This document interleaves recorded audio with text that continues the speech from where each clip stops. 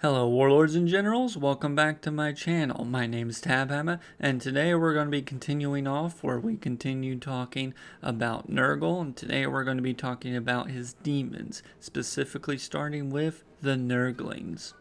Within the gastric fluids of Nurgle and his greater demons, the Great Unclean Ones are where the first demons come from, the Nurglings. Barely a Terran foot in size, the minimes of Nurgle are both the most numerous and favored among Nurgle's demonic legions, spending most of the time and spent around the Great Unclean Ones, causing mischief or, quote-unquote, helping other servants of Nurgle.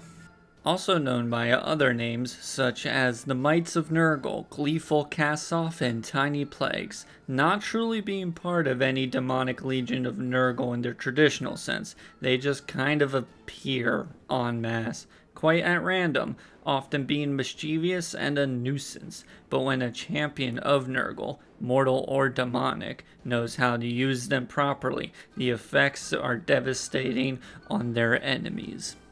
Often springing from hidden spots to swarm enemy armor and important figures, causing sudden panic among the enemy ranks. Normally, one Nurgling wouldn't be a problem, being easily kicked to the side and as if it were nothing more than a mangy mutt. However, when they are in hordes, they become quite effective. Normally, a nick or rip from their razor-sharp teeth and claws wouldn't be a problem, but the cuts caused by Nurglings become infected instantly and will never heal right again. Multiplying this by several dozen at once, and you got the Black Plague recreation in the works. Though they are favored by Nurgle, Plague Bearers often despise them and their mischief. For more often than not, a Plague Bearer will be doing his task of tallying Nurgle's work. Nurglings often will interrupt the counting, though a Plague Bearer will never vent their frustrations, especially not within earshot of a Great Unclean One. Moving up on the totem pole, and on that note, we move on to the foot soldiers of Nurgle's armies, the Plague Bearers. Also known as the Tallyman, these grotesque demons tally and count the numerous plagues of Nurgle and their effects. Often trying to keep order, and the only ones trying to within Nurgle's armies, an eternal and fruitless task, however, for there is no giving order to the nature of chaos itself. How these demons are born into existence is a bit more horrific than your other foot soldiers of the other chaos gods. The plague known as Nurgle's Rot, the most infamous of Nurgle's plagues besides the zombie plague. When this disease has taken a mortal life, a plague bearer is born. The longer a mortal holds on while afflicted by the rot, the more powerful and blessed the plague bearer that is created from it will become. Often having their counting interrupted amid battle, they will vent their frustrations on those that caused the interruption with their plague swords. These giant, rusty, and unkept may not seem very dangerous. It is were not for the slime on the weapon, this would be true. This slime has uncountable and unknowable poisons and diseases within it, so this is impossible to cure whatever cut inflicts upon them. Those that are not slain outright are known to suffer long deaths, being afflicted by several dozen maladies at once. These foot soldiers organize themselves into Talibands of Nurgle. Clever GW. Often within organizing themselves by the number 7, they attempt to organize and push the forces of Nurgle forward, slowly pushing them and keeping them focused. And the only thing more horrifying than the plague swords is the horrifying resilience and inability to feel pain, which is the trademark of Nurgle's followers. And demons, often having limbs fly off or giant gashes in their flesh, the plague bearers still move forward as if nothing happened at all, and just a stiff breeze touched them. Now normally I would finish off about the heralds and the plague bearers before moving on to the oddities of Nurgle's forces, but in order to explain plague riders, I have to explain the beast of Nurgle and rot flies, so we are moving on to the beasts of Nurgle. The demons known as the Beasts of Nurgle are horrifying beyond mortal comprehension, often making the most vomit at the mere sight of one. These horrific monsters are a manifestation of Nurgle's exuberance, representing the mortal soul's desire for social interaction and enjoyment of others' company and attention. The demeanor of these beasts tends to be that of an attention-starved puppy, wanting nothing more than pets and rubs. Though they mean well, the demons don't fight with tooth and claw, but with laps and tentacles and tongues. This doesn't sound dangerous at first, but then you realize these beasts are virulence incarnate, covered in plagues and toxins so deadly that small life plants near them, the beast, will rot and die almost instantly. This, combined with their great weight, leave most of their quote-unquote friends end up as smashed corpses or pools of acid. When this happens, the beast is too dull to realize that they've killed their new friend. Feeling sad at the abandonment of their new buddy, until they are distracted once again and try to get the attention of another.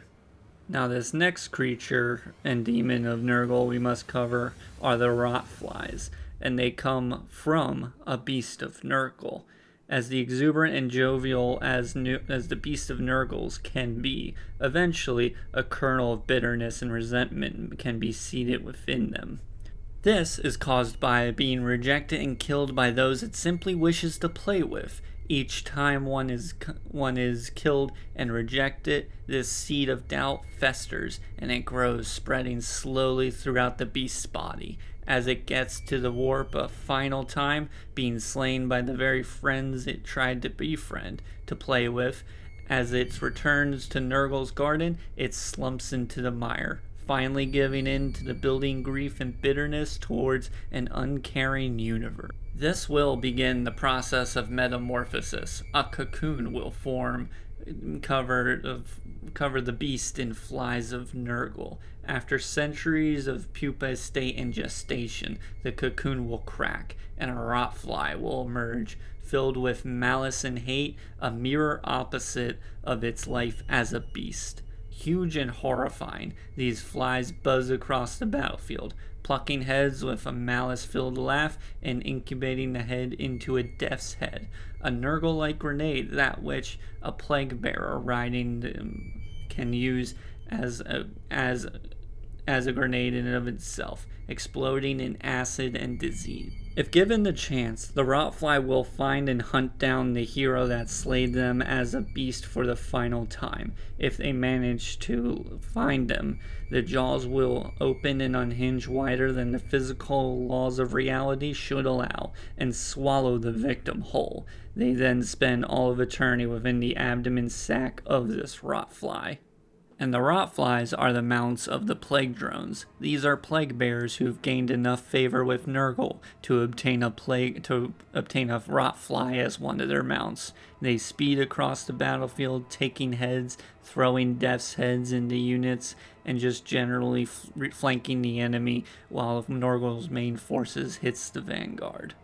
This next terrain piece has no lore in the book, but I will briefly do a lore summary just so it's covered within Nurgle's forces. Where Nurgle's demonic hosts gather in large enough numbers, demonic trees push out of the ground. These demons in tree form are known as feculent gnarlmaws. These trees help boost Nurgle's aura, chiming sorrowful tolling of entropic chimes, belching clouds of spores, and shed rot-wet blossom to carpet the maggot-churned earth beneath their boughs. Covered in boils and bumps, it looks more like a struggling creature than the tree it allegedly is. A giant chasm of a mouth with razor teeth runs down its center, as branches and tentacles grow from its trunk as it enhances the entropic despair of Nurgle's powers and demons. Now, with the overall basics of Nurgle's legions covered, we're going to move on to the leaders and heroes of the army, and we're going to start with the Plague Bearer Heralds, which we will begin with the Poxbringers. As we briefly mentioned before, those plague bringers that can that resist the Nurgles rot as mortals for very long periods of time tend to be more blessed and stronger. Those created from the rot who last a particularly long time before succumbing create particularly strong and bigger plague bearers. This is in part due to Nurgle's love of determination and obscene endurance. From these plague bearers are the heralds of Nurgle created, starting with the poxbringers. These plague bringers grow farther in stature, Nurgle's blessing them with power. Their single horn growing in length and antlers growing to a crown to show their growth in power. Their plague swords evolving into bale swords, being able to fell multiple bloodletters within a single swipe. These heralds are also given access to psychic powers of Nurgle, sending warp-born clouds of disease and smiting foes with congealed viruses. The deadliest gift of this promotion, however, is the cloud of disease that surrounds the poxbringers. This aura empowers other demons of Nurgle, empowering them and their weapons, greatly spreading disease even further. Those elevated poxbringers are closer to personality to plaguebringers than they are greater unclean ones, though less morose, tending to have a very gallows sense of humor. They grumble and moan as where the unclean ones are loud and exuberant. The greater demons jovial of tasks needing to be done, while the poxbringers are the one actually getting them done. Though usually leading plaguebringers into battle, they are also known to be assigned to other important tasks, such as bodyguard to a greater unclean one, such as Lord Drippet, the Great Ulcer, guarding important parts of Nurgle's garden, or assigned specific tasks of importance, such as the case with Wretch Giblar, who studies the effects of new diseases and specimens within the garden, reporting directly to the porch of Nurgle's manse. Next are the heralds known as Spoilpox Scriveners. These heralds have a specific task given to them by Nurgle to audit and count the Talibands, tally the Taliban as it were, to make sure that plaguebearers stay on task with counting. They keep track of this with a quill of a Lord of Change on an endless hide-bound scroll. They not only count the diseases of the plague bearers, count and double-check later, as well as they record the names of those who failed to count correctly or lose count. As they record, they also verbally abuse the plague bearers, the patronizing, nasally voice amplified by the elongated and large jaw that could swallow a man and a half easily. This verbal abuse actually keeps the plague bearers on task and sharpen their focus. This is not for efficiency's sake though, for Scriveners are spiteful creatures, hoping to catch their lessers miscounting so that they can punish them, especially those that have multiple offenses. To these plague bearers, their fate is that of the Chortland Moraine. Not all of Nurgle's plagues and diseases go as planned, such as the one meant to gnaw flesh that ended up being a sanitizer. Not even the great unclean ones speak of that incident. So was the case with the Chortland Moraine, or so at first, was an unusable sack until it was repurposed as a punishment. It then ascended to one of Nurgle's favorites. This punishment is given to a plague bearer who has failed their counting multiple times, given to them by a Spoilpox Scrivener with spiteful glee. The Chortland Moraine is infectious, settling into a plague bearer and changing them noticeably. The dour-mooded, slow gait of a plague bearer turns into a light-hearted frolic and falls into a comedic fever, spewing light-hearted jabs and endless stream of quips among the endless legions of the dour chanting. Though this barely affects the plague bearers, and the Nurglings and the greater unclean ones find them great company. Once the Chortland Moraine sets in, the victim is given the title of a sloppity biopiper and a new job, given a gut pipe and a morator, and sent to be the jesters of the Talibans. This is not only for the amusement of the Talibans, but for the Moiraine's disease is infectious. Both mortals and other demons will be afflicted, causing them to start laughing hard and continuously until their hearts burst or their sides literally split. Though the Augmented and the Herald are of Nurgle, the Bile Piper is doomed due to the Moiraine itself. As the disease goes into remission, the Bile Piper can barely get a chuckle of the most cheery of Great Unclean Ones. The Herald will continue, and if it fails to get even a laugh, it will contort, and through cruel magics, they become a set of gut pipes, the tools of the trade that will be given to one of his cursed and grinning replacements. And that wraps up the Plaguebringer Heralds, and now, without further ado, we are going to move on to our final entry for this video, the Great Unclean Ones of Nurgle.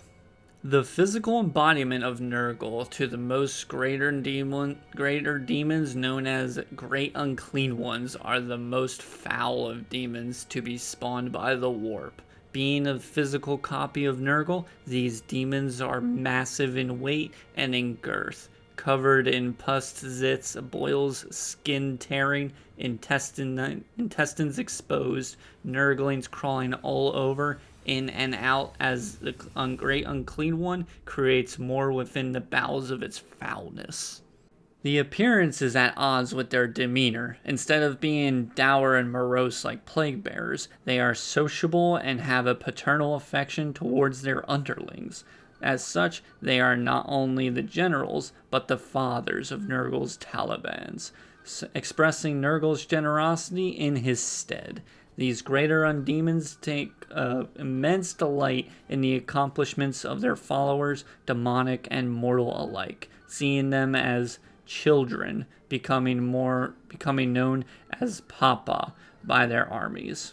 With a wave of its arm and a booming and exuberant voice, it can send entire Talibans to do its bidding. The endless energy and drive these demons have comes from the knowledge they're parts of the universe untouched by Nurgle's decay, and this drives them forward. Though the other gods give favor disproportionately, all of Nurgle's children are equal. Only by their accomplishments separate them, rather than a hierarchy. The Great Unclean Ones organize themselves by epitaphs and tasks in conjunction with said titles. As example, a Lord Facundus are concerned with the breeding of new disease and lead the Facundus Legion, or serve within the garden. It is said before a Great Unclean One can gain the exalted title, they must hold all the titles at one point of the cycle. These demons are motivated by the trivial mortal enthusiasms. Full of maternal impulse to organize and achieve, the harsh yet cheerful voice booming across the battles. Yellow-green spittle spats forth from their mouths as they give commands, as they organize and push their forces onwards, urging those on the dawdled or lack energy to keep up with the demonic advance. The love of the forces underneath him, feeling great pride in them, however feeling vindictive when a force opposed the will of Nurgle, and blinding paternal retribution when his underlings come to any harm. The only thing more horrifying than a Great Unclean One's appearance is when he marches to war. They are ponderous, yet unstoppable in their stride. Their stubby, shortened legs seem too atrophied to support such a massive, rotten hulk, yet horrifyingly they do, allowing them to get to even ramming speeds. This strength, on top of throwing their massive bulk into enemy lines, makes for a devastating line-breaking charge. Once in the thick of it, bolt and blade being nothing more than annoying bug bites to the plague-filled behemoths, being immune to most forms of pain and damage, swiping foes aside with bile swords, plague flails, bile blades, and doomsday bells, crushing and slaying any who stand against it. Though, bulk and blade are not the only weapon at its disposal, for the foul sorcery of Nurgle's powers are at its command.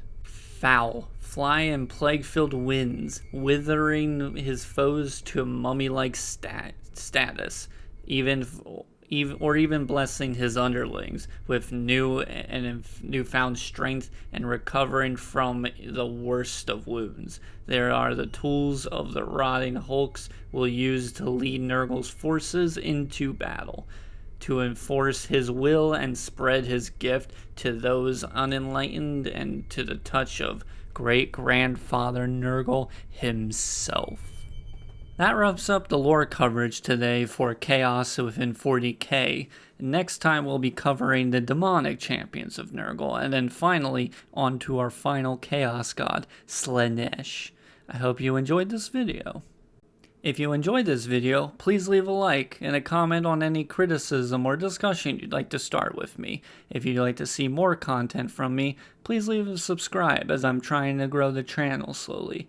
My name has been Tabhammer. I hope you enjoyed the video, and happy wargaming.